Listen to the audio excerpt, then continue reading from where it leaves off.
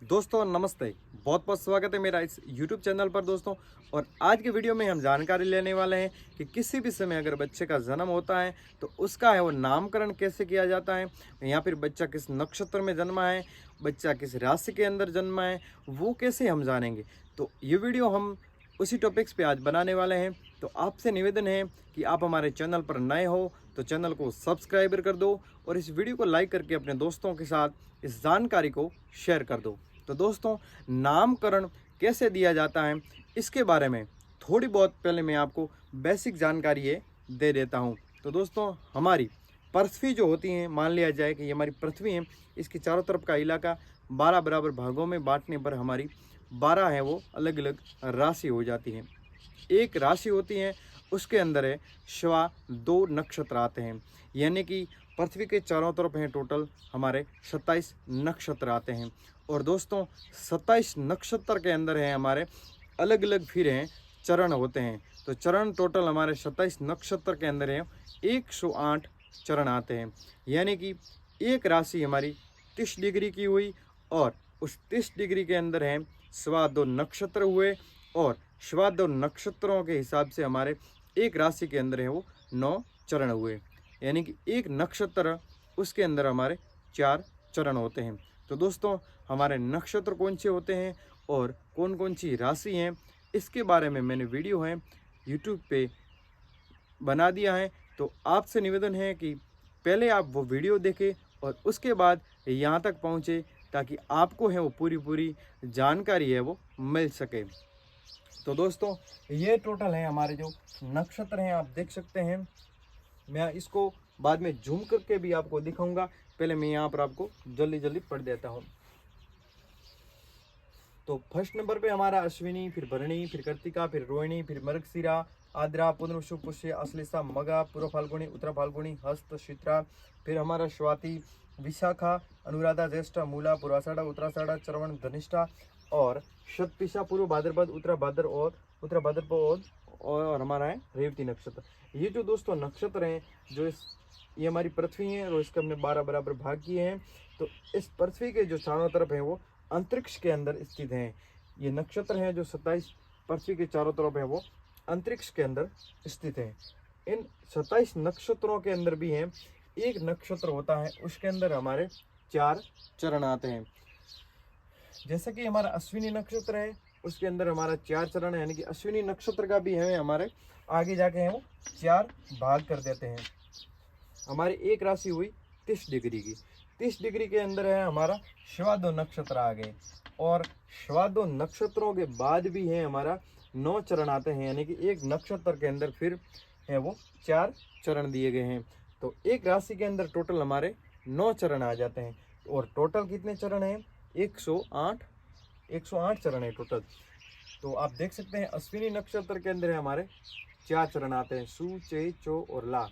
फिर ली, लू, ले, लो, अ, ई, उ, ए, ओ, बा, बी, बू, बे, बो, का, की, कु, घ, ड़ और चू, के, को, हा, ही, हु, हे, हो, डा, डी, डू, डे, डो, मा, मी, मू, मे, मो, टा, टी, टू, टे, टो, पा, टी, पू, श, ण और ठ, पे, पो, रा, री।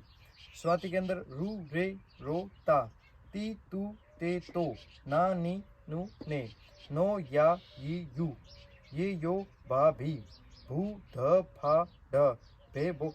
इस प्रकार से हैं जो हमारे अलग अलग चरण है वो 108 ये चरण है और 27 नक्षत्र हैं। ये जो पृथ्वी है इसके चारों तरफ है वो नक्षत्र भी हैं। नक्षत्र भी आप देख सकते हैं, अश्विनी, भरणी, कृतिका, रोहिणी, मृगशिरा, पुनर्भद्र। ये जो इस प्रकार से हमारे पूरे नक्षत्र भी इस पृथ्वी के चारों तरफ आकाश के अंदर है। और नक्षत्रों के अलग अलग भाग है, यानी कि एक नक्षत्र के हैं वो 4 टुकड़े और अलग अलग कर दिए हैं।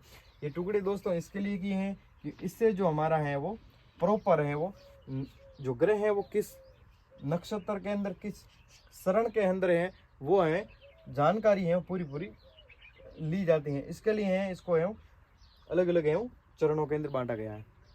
तो अब हमारा टॉपिक क्या है कि बच्चे का जन्म हुआ उसको है वो कैसे उसका नामकरण देंगे। यानी कि चंद्रमा जिस नक्षत्र के अंदर होगा, मान लिया जाए कि चंद्रमा यहाँ पर है, चंद्रमा मान लिया जाए कि यहाँ पर मूवमेंट कर रहा है, चंद्रमा इस प्रकार मूवमेंट करते करते मान लिया जाए कि चंद्रमा यहाँ पर आया है, तो ये जो हमारा है वो अश्विनी नक्षत्र के अंदर आता है। ठीक है, यहाँ तक देखेंगे आप 4 चरण, 1 2 3 और 4 चरण, यानी कि सॉरी 1 2 3 और ये 4 चरण, यानी कि यहाँ तक है जो हमारा अश्विनी नक्षत्र आता है।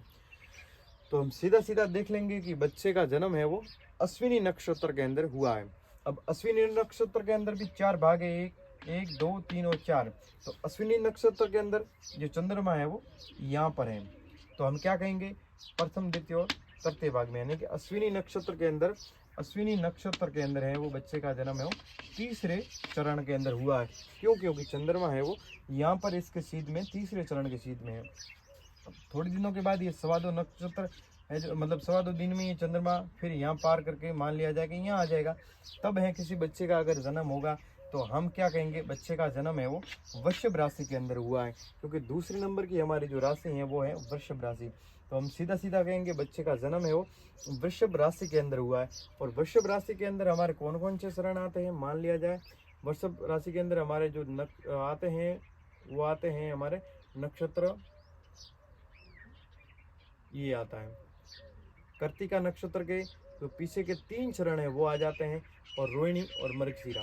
तो यानी कि हम सीधा सीधा उसको कह सकते हैं कि हमारा बच्चा है वो मृगशिरा नक्षत्र में या फिर कार्तिका नक्षत्र में है वो इस चरण में हुआ है, यानी कि प्रथम चरण में, द्वितीय चरण में, तृतीय चरण में, चतुर्थ, पंचम, षष्टम, यानी कि 8 और 9 तरह के 9 चरण होते हैं। तो हम 9 चरण पूरा हो जाने के बाद है वो चंद्रमा मिथुन राशि के अंदर प्रवेश कर देता है। और मिथुन राशि के अंदर अगर किसी यहाँ पे आज चंद्रमा आ जाने के बाद किसी बच्चे का जन्म होता है तो हम उसको सीधा सीधा बता देते हैं कि बच्चे का जन्म है वो मिथुन राशि के अंदर हुआ है। और मिथुन राशि के अंदर मान लिया जाएगा हमारा दूसरे चरण के अंदर हुआ है। तो मिथुन राशि के अंदर हम देखेंगे हमारा मृगशिरा नक्षत्र के 2 चरण आते हैं, तो यानी कि की से उसका का से शुरू हो जाएगा नाम। फिर आद्रा के भी आते हैं 4 चरण, और पुनर्वसु को हैं वो हमारे 3 चरण है वो मिथुन राशि के अंदर आते हैं। तो दोस्तों इसी प्रकार से हमारा चंद्रमा जिस नक्षत्र के अंदर है या फिर जिस राशि के अंदर है, जिस चरण के अंदर है, उसी से है हमें पता चल जाता है कि बच्चे का नाम है वो क्या होगा, बच्चा किस राशि में जन्मा है, बच्चा किस चरण में जन्मा है, किस नक्षत्र में जन्मा है, उसके ऊपर है हम जानकारी हासिल कर लेते हैं। और जो बाकी के जो ग्रह रहते हैं वो कहीं पर मान लिया जाए कि सूर्य है हमारा यहाँ पर है, तो हम उसको बताएंगे कुंडली जो बनाते हैं, इस प्रकार से कुंडली जो बनाते हैं आपने देखा होगा, तो उसके अंदर है वो सूर्य देव है, यहाँ लिख लेते हैं कि सूर्य देव हमारे कर्क राशि में है। या फिर मान लिया जाए कि शनि अगर जो है यहाँ परिक्रमा कर रहे हैं, इसके अंदर यहाँ पर इस डिग्री पे। ये दोस्तों डिग्री क्या होती है, डिग्री जो होती हैं वो हमारे पंचांग के अंदर दी रहती हैं, और देसी जो कैलेंडर होता है उसके अंदर है नक्षत्र दिए रहते हैं।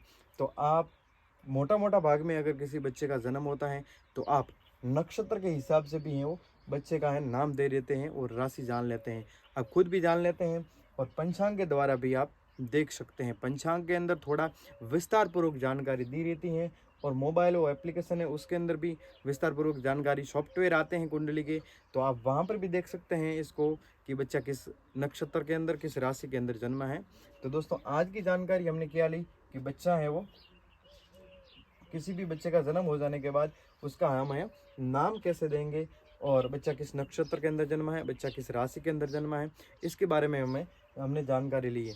और यहाँ को आपको थोड़ा बहुत समझ में नहीं आया तो आप इन नक्षत्रों के बारे में है जो विस्तार पूर्वक वीडियो मैंने बनाया है यूट्यूब पे, तो वहाँ देख सकते हैं। इन राशियों के बारे में भी मैंने वीडियो बनाया है, वो भी आप देख सकते हैं। तो हम अगले टॉपिक में क्या जानेंगे, ये बच्चे का है वो जन्म है वो किस पाए के अंदर हुआ है, और उसके बारे में हम जानेंगे। ठीक है, बच्चे का जन्म है वो सोने के पाए में है, लोहे के पाए में, तांबे के, चांदी के किस पाए में जन्मा है, और किस राशि के अंदर, यानी कि इस राशि किस राशि के अंदर कोई चंद्रमा है तो कौन सा पाया बनेगा, किस नक्षत्र के अंदर चंद्रमा है तो कौन सा पाया अलग अलग बनेगा, उसके ऊपर हम जानकारी देने वाले हैं। तो आप हमारे चैनल पर नए हो तो चैनल को सब्सक्राइब भी कर देना, और ये जानकारी फिर दोस्तों के साथ शेयर कर देना। मैं इसको थोड़ा सा है आपको दिखाने के लिए जूम कर देता हूँ, ठीक है, ताकि आप भी देख सकते हैं।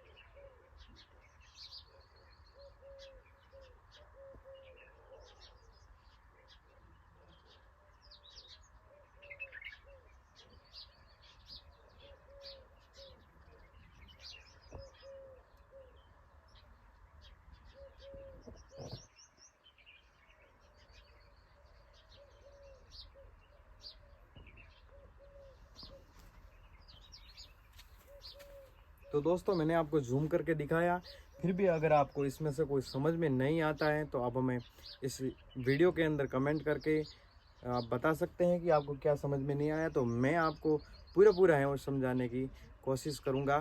ठीक है दोस्तों, फिर मिलेंगे एक वीडियो के साथ।